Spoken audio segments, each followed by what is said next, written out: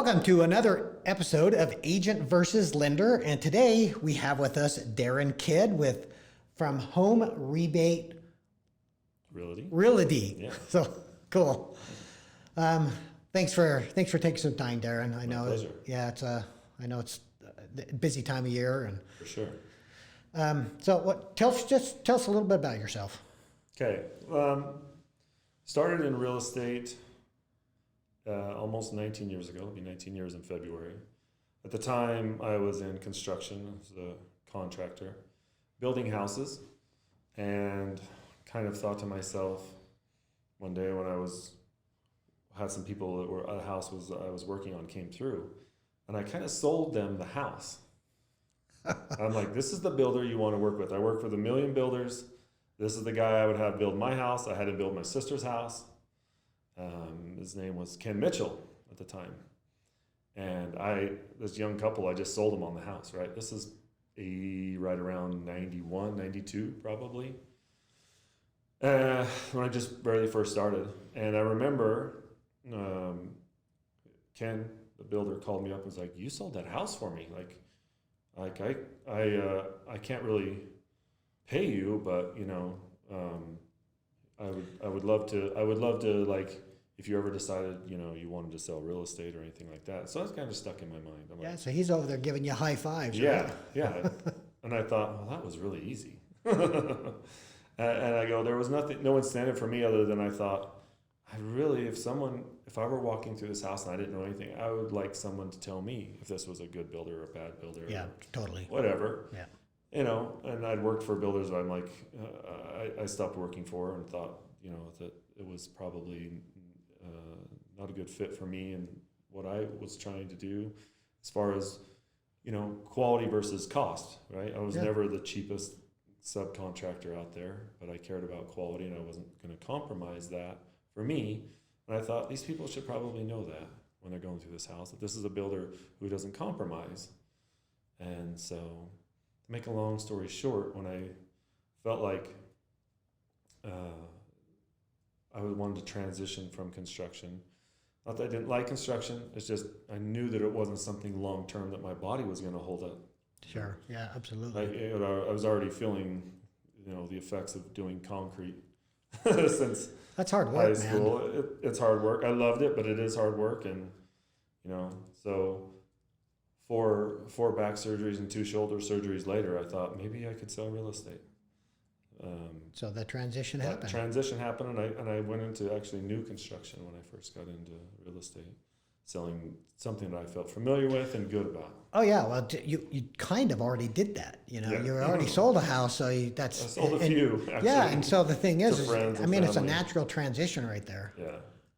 So that was kind of my start, and then I just went into real estate with no fear, and I thought I worked 7 days a week. It was my own company, so I never stopped working. If the sun was shining, I was making hay. That was the way I thought. Easter, Father's Day, didn't matter to me what day it was. If the sun's shining, I'm working. Because I didn't know when it was going to start raining or snowing, and I couldn't do cement, right? And I had the family to support, so I thought, I'm going to work circles around everybody else. I'm not afraid to work. This isn't even work. Like I'm not out there killing myself all day. I have to go open doors for people. I almost felt like this isn't even right. I'm making money opening a door instead of like seriously working. And then, you get into it, you're like, oh, this is work. It's a different kind of work, but trust me, it's work. Yeah, I think that work ethic stayed with me. Yeah, I think a lot of people they look at real estate agents and they thought the same thing you did. Hell, I'm just going to go in and open up doors and go look at houses and get paid really well for it. But that's only the side that the consumer sees. Yeah. It's not something. The business side of it is far more grueling than people realize. It was eye-opening to me. I thought it was just going to be kind of more how do you look at something from the outside as opposed to from the inside, right? It always looks like, oh, that's easy, I could do that. Right. And then when you get into it, you realize it's not rocket science what we do, right? What you and I do. We have to be good at it. We have to be, there's things that definitely you have to know and you have to be knowledgeable about. But at the same time, it's just work ethic for me, it's just work ethic and your ability to take care of people. Yeah. And I felt like that was something that I was already doing and wanted to do and liked doing. So the transition was natural, and it went pretty seamless for me. And I loved that feeling of helping people get into something that was going to be probably the biggest purchase of their life. Cool. Yeah. So you said, as we were talking a little bit before the podcast, you had mentioned that you've been in this how long? Gonna be 19 years in February. So you've seen a few ups and downs. Yeah. Yeah. Yeah. So you went through the crash of '07, right? Mm-hmm. So tell me a little bit about the before the crash and during the crash and after the crash. How did there was a lot going on right there, and I know a lot of people, including myself, really had a rough time during that crash. So. Oh, it was definitely tough, and I feel some sense of accomplishment of being somebody who made it through that, because it was one of the biggest crashes since the Great Depression. Yeah. In fact, if you look at charts, it's too bad I can't show a chart during the podcast, but there's charts go all the way back to the Great Depression, and you can see that housing, for the most part, goes up in value. But during that time, it went down, and there's only 4 or 5 times when real estate actually dropped down that you can see on a chart, and that was by far the biggest drop since the Great Depression. So the way that I made it through, and it wasn't easy. I didn't make it through unscathed, but my background in construction helped, and I partnered with some people who had cash, and a builder who had cash, and a broker who was pretty sharp, Todd Johnson, at the time, and he was my broker, and he picked up these lots from the bank, and the builder's like, I'm going to build on them, and I'm going to build these cheaper than what people can do a short sale for. And even though there wasn't a ton of buyers, there were people that had money, and there were buyers. Mm-hmm. You just had to find them. And so I worked with this builder, and I was selling brand new houses, 2 stories that now are going for $600,000 for $275,000. And I was telling people when they walked through the door, I'm like, I can give you this brand new house for the same price as what you're going to get a short sale from the bank. Maybe a little bit more, but you're getting a brand new house. And I'm telling you, the value is going to be there when it's all. And I was preaching from day one it was going to go back up. And I told everybody that I could talk to and would listen to me that I knew that it was going to rebound. Now, but that comes from experience. Yeah, it does, and it just came from just that feeling. We were talking about go with your instincts.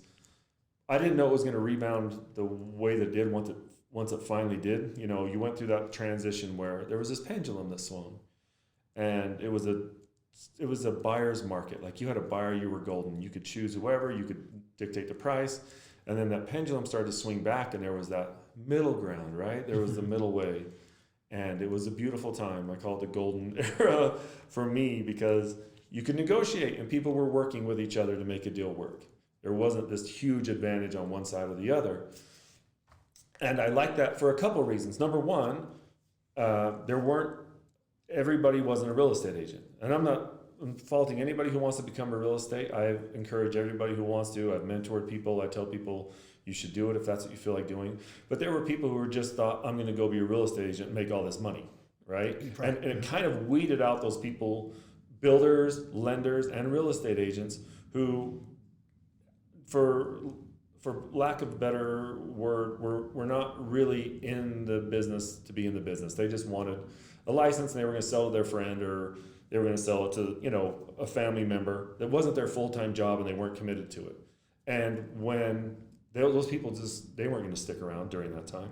So after that, you saw this time where the people who made it through were pretty good agents, right? Pretty good lenders. People who made it through the roughest time in the history of real estate and lending were probably pretty good. Same with builders.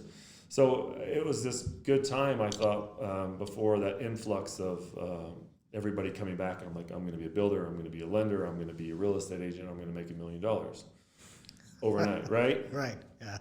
Which, so that time when the pendulum has swung so far the other way now, that I don't think any time that you have that advantage so much on one side or the other, that it's a good market. And though I'm selling houses, I feel bad every time I sell a house because I say no to 15 to 20 people who really want a house. Mm-hmm. And if I'm working with a buyer and we make 10 offers and we're going 20,000, 30,000 above asking price and not getting it, you're like, am I ever going to get a house for these guys? I promised them I would help them find a house, and I feel this personal responsibility. So there are ways, even in this market, to help clients get a house. And I think that's something, you know, that we could talk about that might be helpful to people. And I specialize in first-time home buyers. Yeah, let's totally talk about that. So what are some of those ways? I think that's something that would help people that are listening to this podcast, and even maybe some agents that are struggling and trying to figure out what to do. Not that we want to give away your secrets, right. But you as a giving person and have that abundance mentality. It's just like there's enough business out there. We're all in this together. Right, Let's work together. Yeah. Absolutely.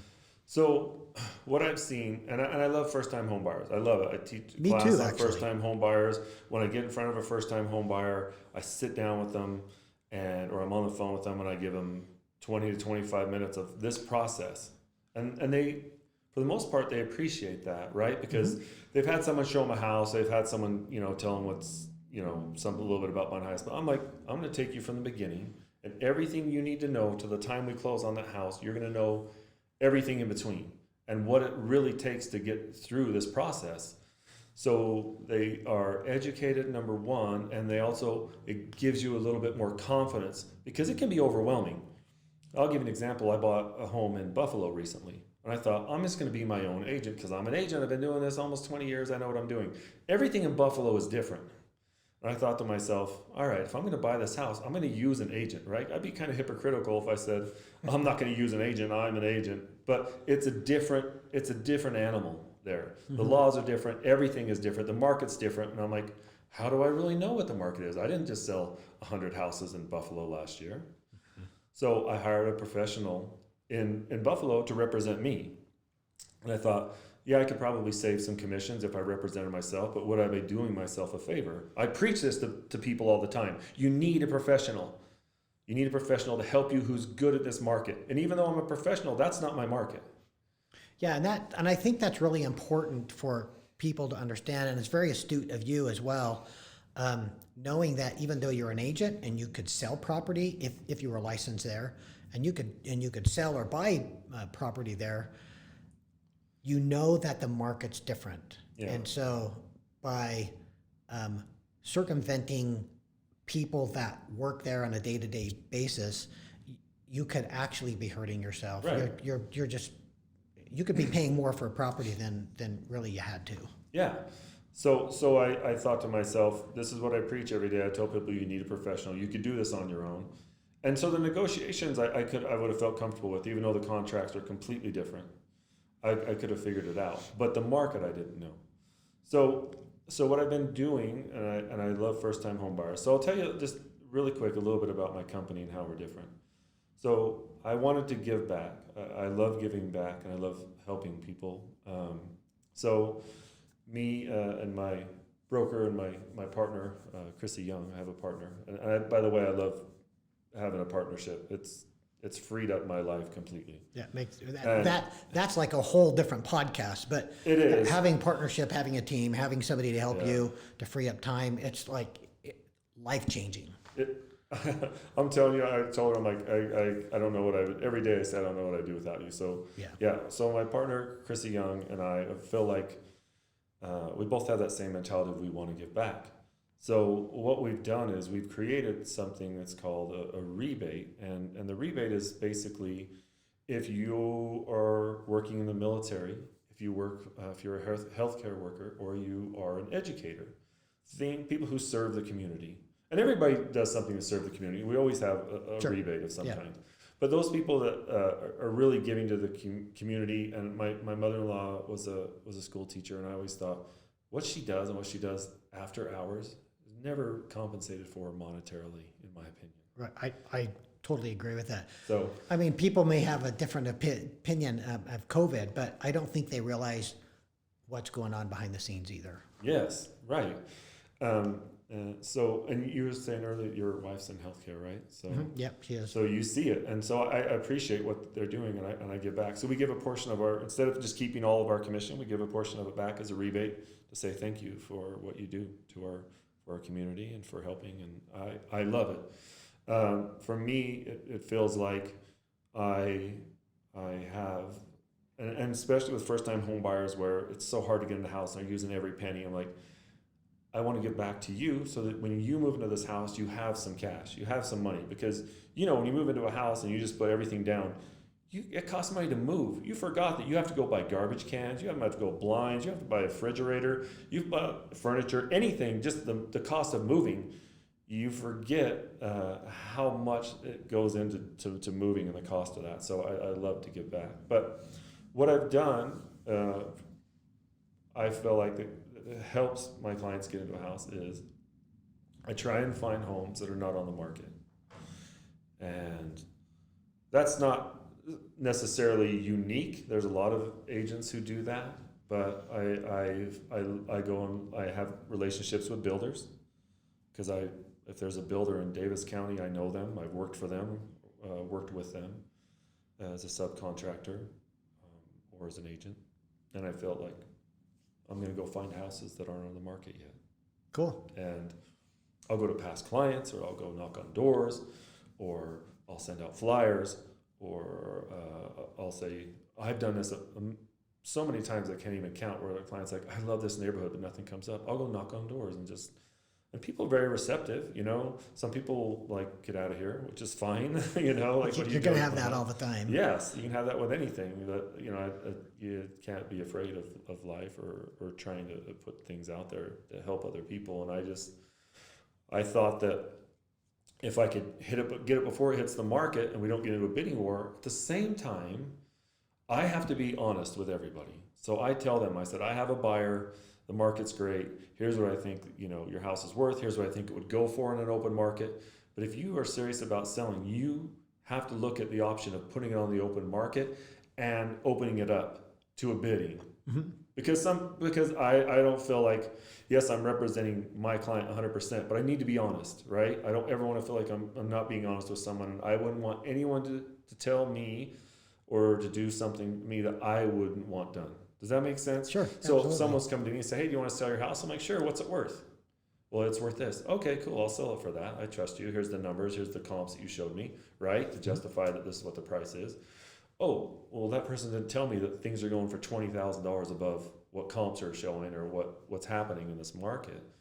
And I feel like, so I'm doing that right now with a client where the house is not on the market and I'm trying to get a deal done, but I'm also letting the sellers know, you can put this on the open market. I can get you above what the comps are showing. You don't have to put it on the market. No one has to go through your house. You don't have to worry about COVID. I'll save you real estate fees. I'll do anything I can to get these first-time home buyers into a house. But understand, you can put that house on the market, and you might get more than what we're offering, because I don't ever feel good about not being in full disclosure. So one thing that I think separates me and Chrissy is that I'm 100% disclosing what I'm making, what I'm doing, how it works.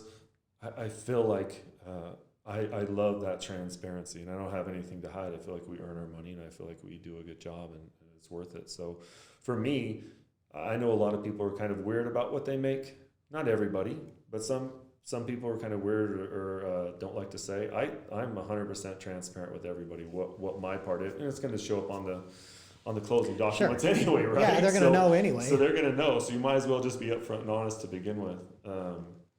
So that's what we do as far as trying to help clients get into a house. And then obviously when you're making an offer, you boost up your clients and you have them write letters. You say, whatever you can do, any advantage you think, this might not be advantage, it might be. So anything you can do to give your clients an advantage. And the other thing too, and this might be helpful to some people who are thinking about buying and moving up, they have a house to sell.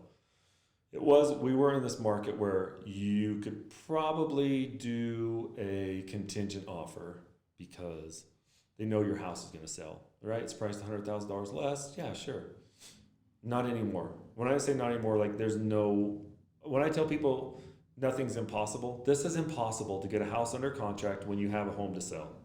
That's not on the market, and they're not trying to do anything, because I've had multiple people tell me the same thing. Well, I have this house to sell, but I don't want to put it on the market yet because I don't have one under contract. It's just like, it's just not going to happen. Right. And so I had a client, and I told them once we get under contract, my last 2 clients, it was under contract and nobody cared. They're like, nope, you still have a contingency, right? Because that house could fall through at the last day on the closing table. Sure.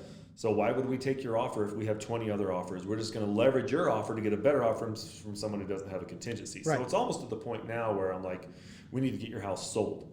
And then like, well, not everybody has family or somewhere they can go. So what I've been doing, and I want people to feel comfortable. The other part too is it's scary. Like, well, what if we don't ever find anything? The market's so crazy.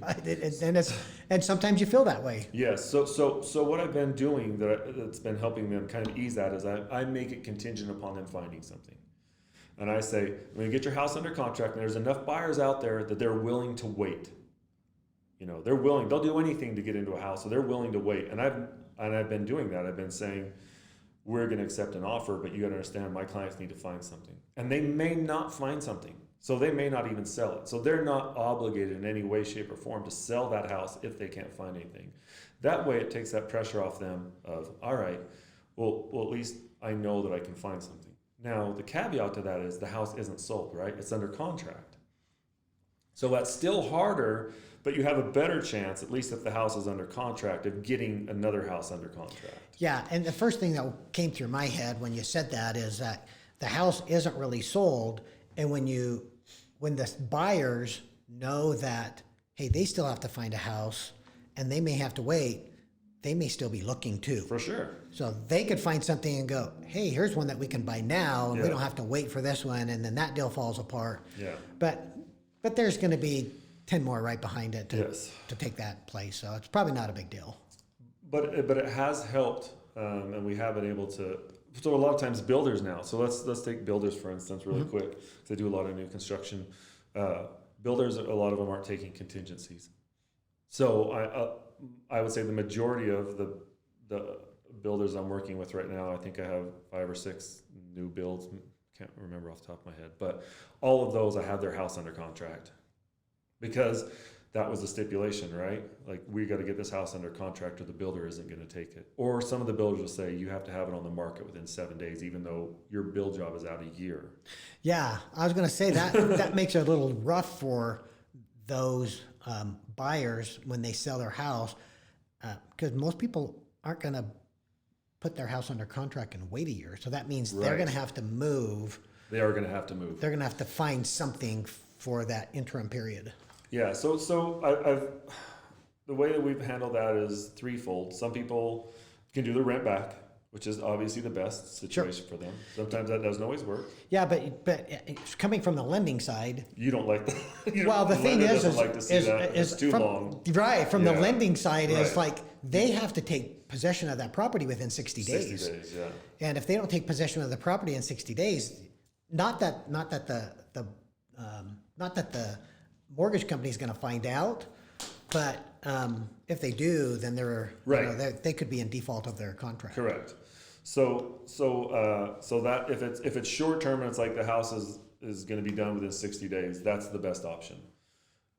If they have family, that's obviously family or friend. And the other thing I've been doing is I've been finding people short term stay.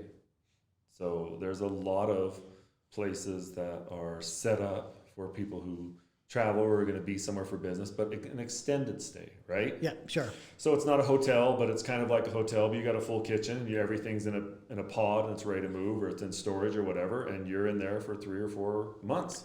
And that's just part of it, right? So we're building a house up in North Ogden for some clients, and it's a really custom home. It's going to take a while, and I sold their house up in Mountain Green, and they're going to be in in that kind of a situation for probably close to a year.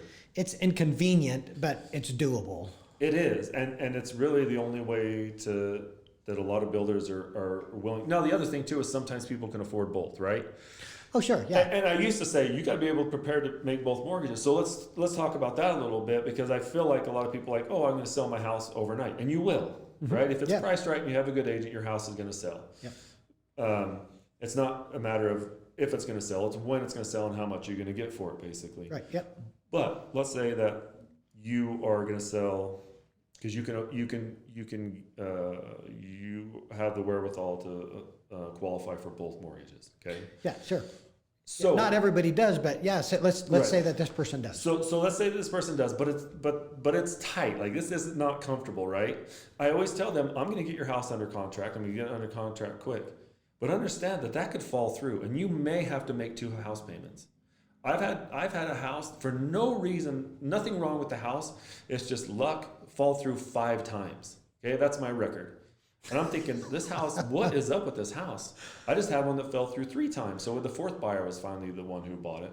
And you're kind of thinking, like, what is going on? Like, I have to get someone in here and do a voodoo seance and get the bad energy out of this house? But it's just the luck of the draw, right? It's just like, sometimes you're going to get that. So I let people know, yeah, I can get your house under contract. But you still have to understand that there may be something that goes wrong, and we may have to put it back under contract, and then we're starting over that clock, and we may have to do it twice. I try my very hardest because if you're representing the seller, or excuse me, the buyer, to say it's not always the highest offer, right? It's who's going to close and who has the best offer overall. And you know that. There's stronger buyers out there. Sure. So we just took a house at $5,000 less than the highest offer because it was a stronger offer.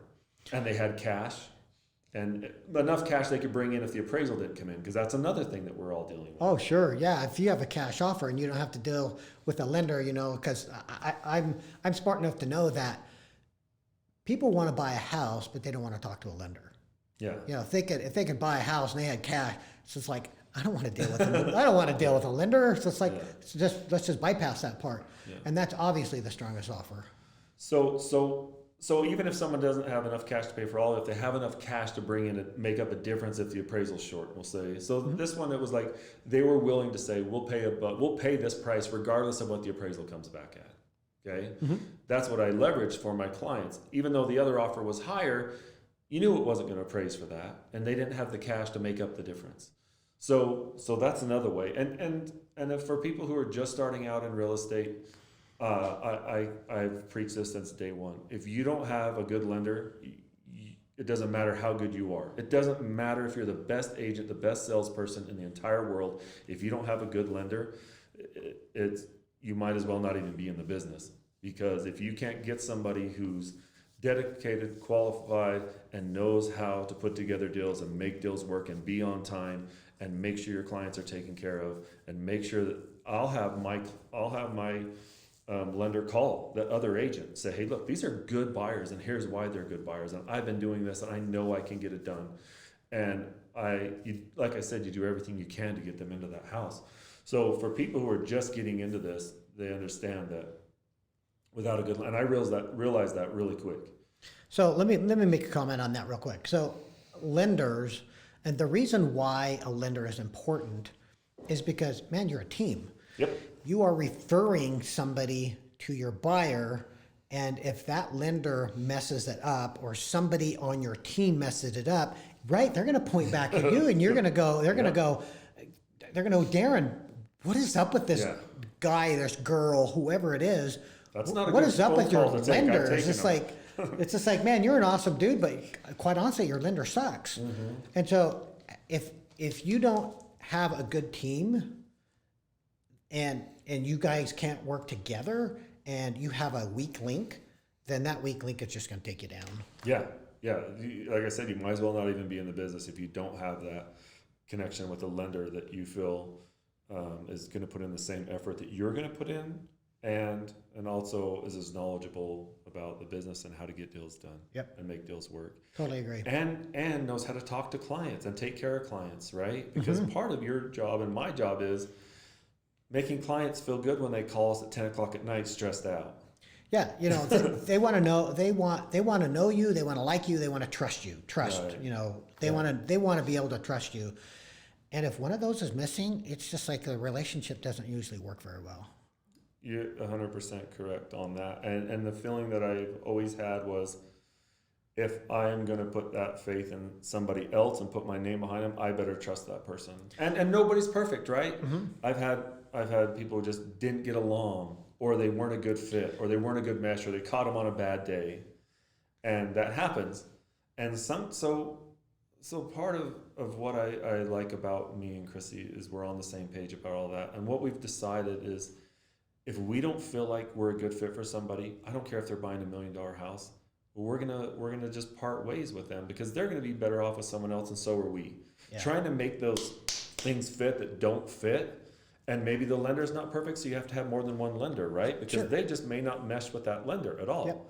Yep. I have a lender who's very straightforward, and some people need to be sugar-coated a little bit more, but I like straightforward, right? Yep. Give it to them straight, and some people don't always love that, but for me, I'll always take bluntness and straightforwardness over anything. And I think that if you have different personalities that are going to mesh and get together and work better together, then you have to have that option. And so sometimes you can just tell, like, we're not going to be a good fit, and you're probably going to be better off with someone who's going to be more of a fit for you.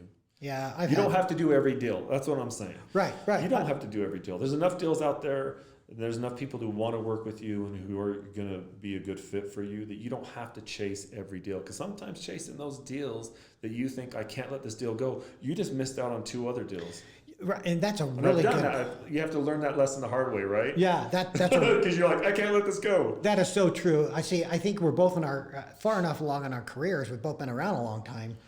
So when you're chasing those deals that really you should let go, you're exactly right. Though you miss out. So you could spend days, weeks chasing this one deal and trying to make that round that square peg fit into that round hole, and instead of going out and getting 2 more deals, yes, or 3 more deals, or whatever, that's where you're going to mesh.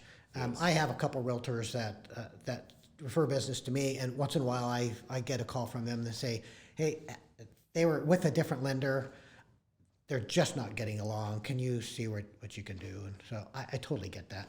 And quite honestly, I've had it happen to me too. And I'll get a call from the agent, go, I don't know why, but Ron, they just don't like you. And I went, I get it, but I try to get along with everybody. First you're like, how could nobody like me? I know. You need to call my mom and find out what kind of guy I am. I know, it's just like, and then you're like, all right. Who doesn't like Darin, and who doesn't like Ron? It's just like, how can that happen? So once you get past that little ego push, you realize this is probably for the best, and you don't go chasing after things that shouldn't be. And I love that. So that's part of this partnership, is that you have to have someone. It's the real estate partnership as well as the lending partnership. You have to have someone who's on the same page, the same thought, the same energy wave of, I want to do this, and this is what I want to. This is what I expect out of this business, and this is how hard I want to work.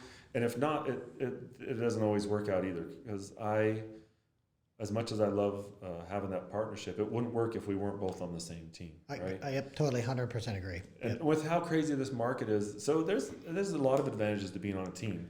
So if you ever want to have any kind of life, and right now I don't have much of a life, but I'll tell people, you have to balance things, which is, I'm not telling anything they don't know, but you forget sometimes, right? Yeah, but there's a lot of people on this podcast that they will work whenever. I mean, they are working 7 days a week. They're working on the weekends. They're working till 10 o'clock at night, and that's because they don't have a team. Yes. And I know you have to get. I know there's certain levels, but man, it's just like the sooner you can get a transaction coordinator, probably the first thing you need is a transaction coordinator.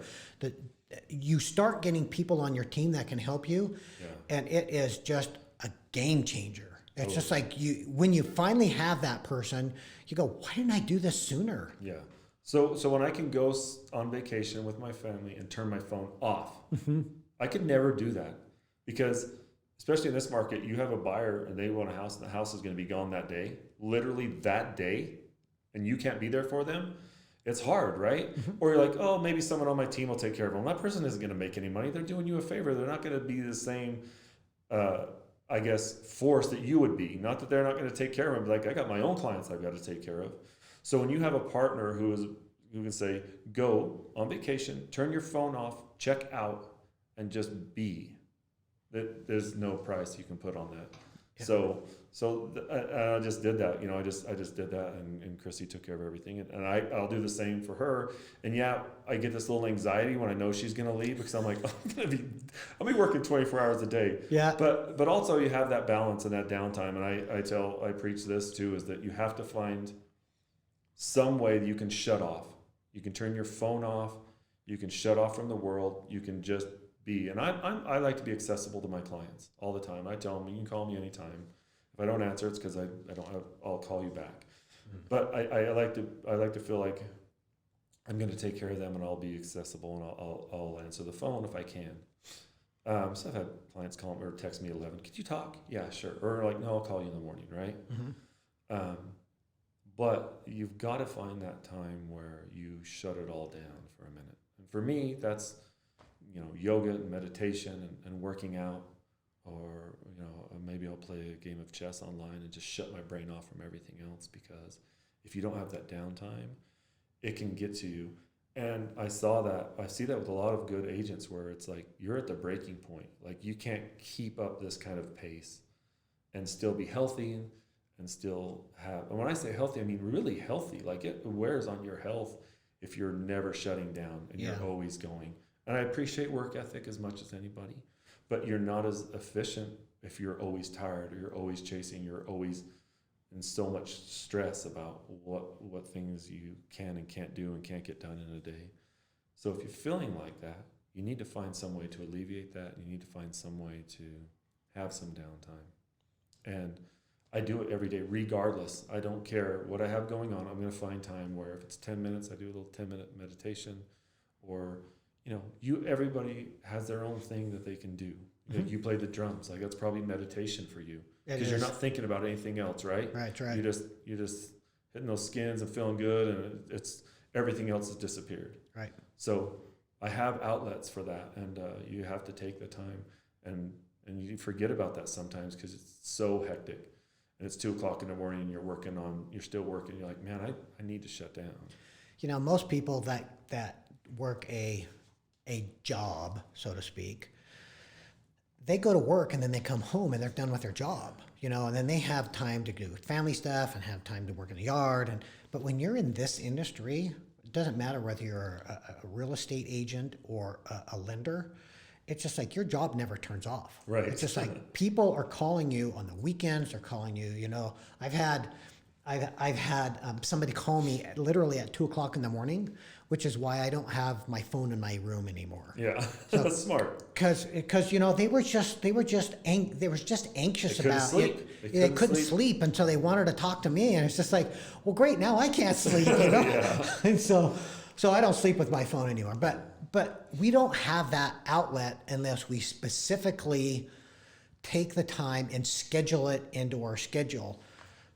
So I think you're right on having that time to meditate, or just to turn off, even if it's 30 minutes or an hour, or even if it's go to lunch. I like to go to lunch with somebody else, but whoever. I just like to have a little bit of time. But you're right. You got to have that time. I think that balance is important, because you're not doing yourself, and you're definitely not doing your clients any favors if you're not healthy and on a good wavelength as far as your vibration, your energy, and what you have to keep putting out. You can only put out so much without recharging. Yep. And even the best of us fall into it. My client, I keep talking about my partner, Chrissy. It's because I love her. She's the best partner I've ever had. I can't imagine my life, how it was before, going back to that, like we were talking about earlier. But there was a time where she wants to do so much that she doesn't stop down. And she basically, like, her body was shutting down. And I was like, okay, we got to take a step back and let me handle more. And you've got to shut down. I know ever want to, and you always want to take care of people. But if you're not taking care of yourself, how can you keep taking care of people? It's just like a health worker, right? You got to stay healthy if you're going to keep taking care of other people and make them healthy. And you forget it sometimes when you're in it and you're working so hard and you're trying to do what's best for people. And it's just part of, what I'm saying is that I know this isn't rocket science where I'm telling people something, but you get caught up in it and you forget it sometimes. That's all. I know that sometimes we are so caught up in our day-to-day activities that we forget about ourselves.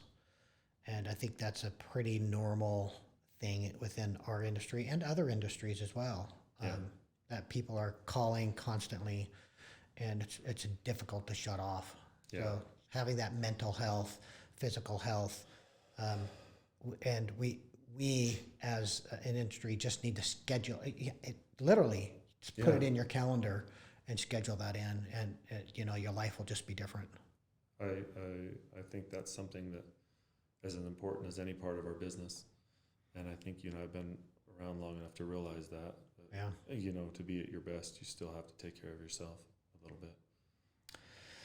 Well, man, we've gone from building how you got to be an agent. You gave us some really good ideas. What happened during the crash, kind of about what the market is now. We have some safeguards in place. We have, I don't know that we talked about that, but. Yeah. So really quick, I think that's important because I think a lot of people are afraid of this bubble because it feels bubbly, right? It does feel like a bubble, but there is a difference. There is a difference, and maybe that's something that you could talk about a little bit because that's a lot of that's on your end.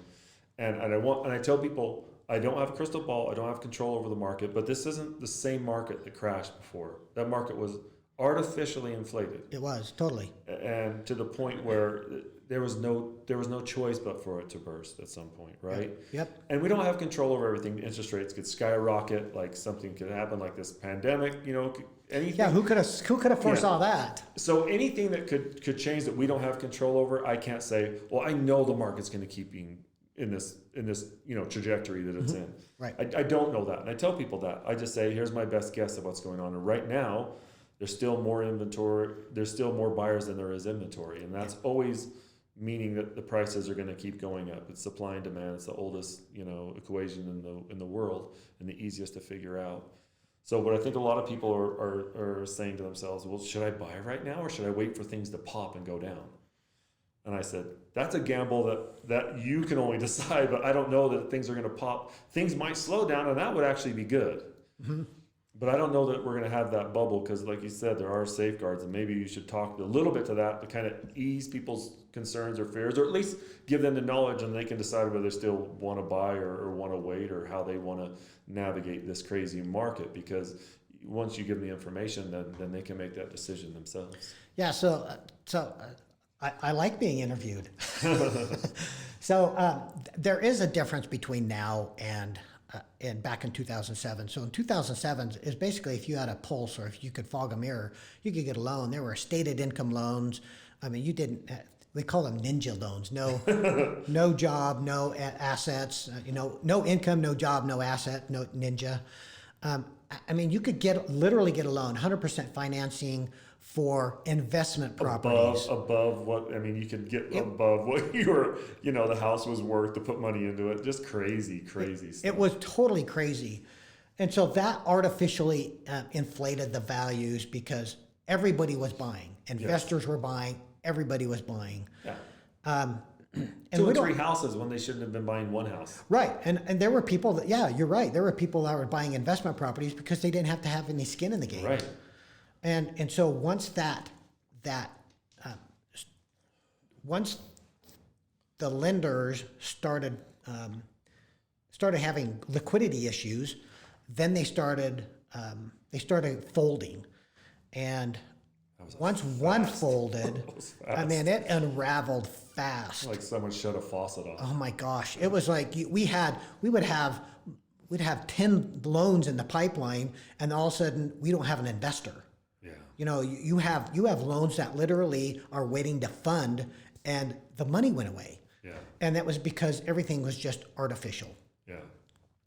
And so today it's completely different. Just as you spoke to, it's the economic principle of supply and demand, where we have a lot more people that are moving into the state, And realizing legitimate buyers, legitimate demand, right? yeah. Oh, legitimate demand, right? Because if you look at lending now, lending is, when you were talking about the pendulum swinging earlier in the podcast, the pendulum has swung, and it's swung hard from give out money like it's candy to holding it really tight and making people probably overqualified to get that money. How many times do you hear, do they really need this from me? Yeah, oh, every day. They call me and I'm not even the lender. Like, do I really? I'm like, you want to buy a house, you jump through every hoop they tell you to jump through. That's part of the deal. Yeah, it's just like, yeah. And this is good. It's good because they're making sure that you really can't afford this house and you're right. not going to default on this and the market's not going to crash. And that's a good point. And the reason why that's a good point is when the market crashed and you had all these investors with no skin in the game for investment properties, guess which ones foreclosed first? Yeah, you bet.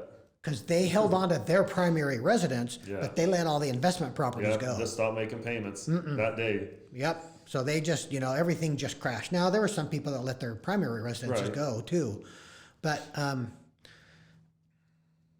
so we're back to today's market where, it's the pendulum has swung the other way, and it's harder to get a loan. Now this pendulum's starting to swing back a little bit. We're starting to get a little bit easy, but I can't foresee it going back to where it was. No.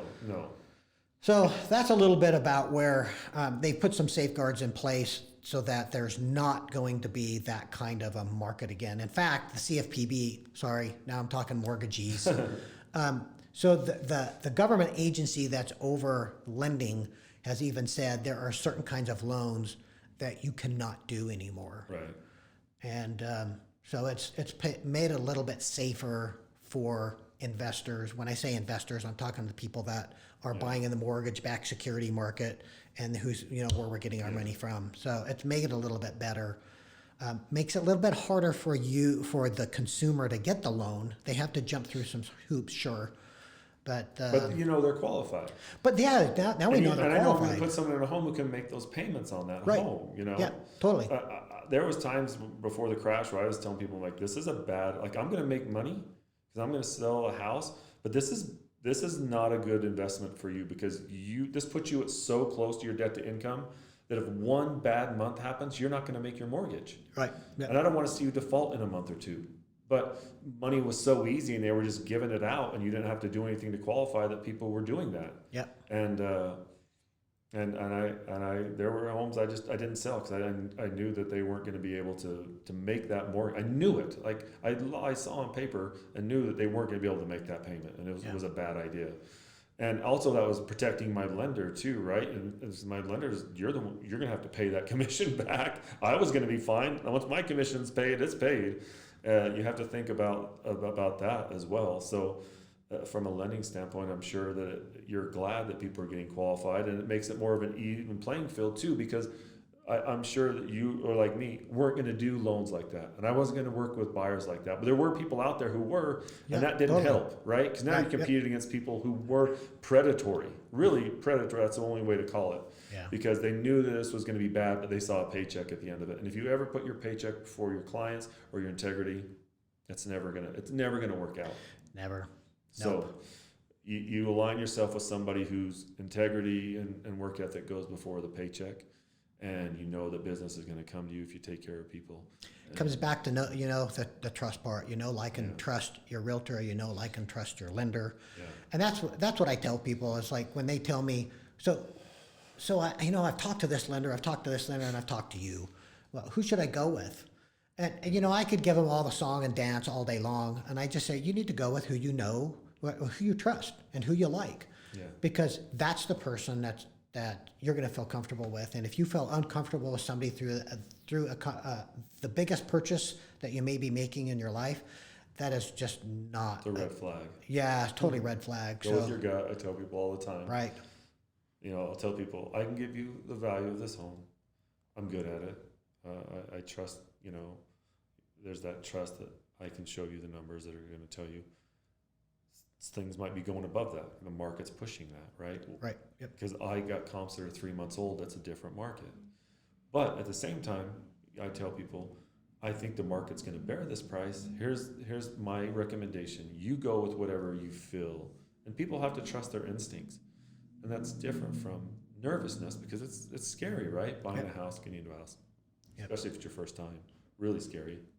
First house I bought before I got into real estate, I made him a low offer, $130,000. Can you believe that? I bought a house for $130,000. And he's like, it was for sale by owner, and he said no. I'm like, oh, phew. I didn't want to buy it anyway. I was too scared to buy a house. He called me back a couple days later. We'll take it. And my heart just sunk. But it was the best investment I ever made. You know, that was right before everything took off. Yeah. And so you can't equate nervousness, because that's a normal feeling. Sure. You can't let fear control you, but you have to go with your gut. So you have to delineate between, am I nervous? Is this because this is a scary process, or am I just being scared, right? Mm-hmm. And I tell people, I can't make that choice for you. I can't make that choice for which house you're going to live in. People ask me all the time, would you buy this house? I can't answer that, because this might not be my favorite area, or this might not be something that I would want to live in, because it doesn't work for me. I say, I give you the numbers, I give you the value, I give you my honest opinion, the pros and cons of this house. You have to go with your instincts and trust them. Right. And if you change your mind, you change your mind. You know what I mean? Yeah, put it under contract, and I know there's going to be some realtors that are going to hate this statement, but if you put it under contract and a week later you have buyer's regret, you have options to get out. You have your due diligence, and that's important, because so, and I don't know how long you want to go with this podcast, but I feel like one thing that's pretty important for people to understand is, in a normal market, you could go out and look at a few houses and take you a couple days and think about it. Yeah, you might lose out on it because someone else jumped on it, but I mean, just not too long back, you could think about, I went and saw 10 houses and I'm going to think about all of them, right? Yeah. And I'm going to make a decision in a couple days, or people like, I'm going to think about it, I'm going to pray about it, whatever people do to make their choice, right? Mm-hmm. That's sure. that's whatever they need to do to feel good about it. Yep. Now it's like, you saw this house today, you want it, you're making an offer today. And then you may go and do whatever and feel like this isn't the house, then that's okay. That's okay. You can understand that you can still back out, but you don't have that luxury anymore of waiting 2 or 3 days or even a week or even, that's crazy. I know it sounds crazy to make a decision like that, but you have that safeguard within that. If you have a good realtor, they're going to make sure that they have that in there for you, that you can get out. And the other side isn't mad, because you're going to get out pretty quick, right? I always tell them, like, if you're backing out, do it now, because that's fair to the sellers. Sure. And they've got 5 other offers, so it's not like they're like, oh no, our life is ruined. No, they got 5 other offers. They're going to be okay. Yeah, it's not like we're in a market where somebody's house has been sitting for a year and now they have an offer and they're going, yay, we got an offer, and then backs out, and you're right. Then they're just really disappointed. Deflated. So it's just not the market we're in. Well, Darin, this has been fun. Yeah. It's been really good, and I appreciate all the insights that you brought to the podcast, and for those consumers that are listening, it's been really informative, and for the real estate agents that are listening, I think you've given them some really good things to think about in their business as well. So I appreciate your time. Yeah, my pleasure. It's been really fun. I'm glad you invited me, and I think this is really cool what you're doing, because anytime we can help other people or educate people, I feel like that's part of our job, right? Sure, helping absolutely. people understand how to navigate the process. Yep. So tell me, how can somebody get hold of you if they want to? So the easiest way to get a hold of me, so this may sound counterintuitive and this might sound crazy. I am not on social media. It's all right. It's just not congruent with how I am. I have people who do that for me. Chrissy Young has Facebook. She has thousands of followers because she does charities and things like that.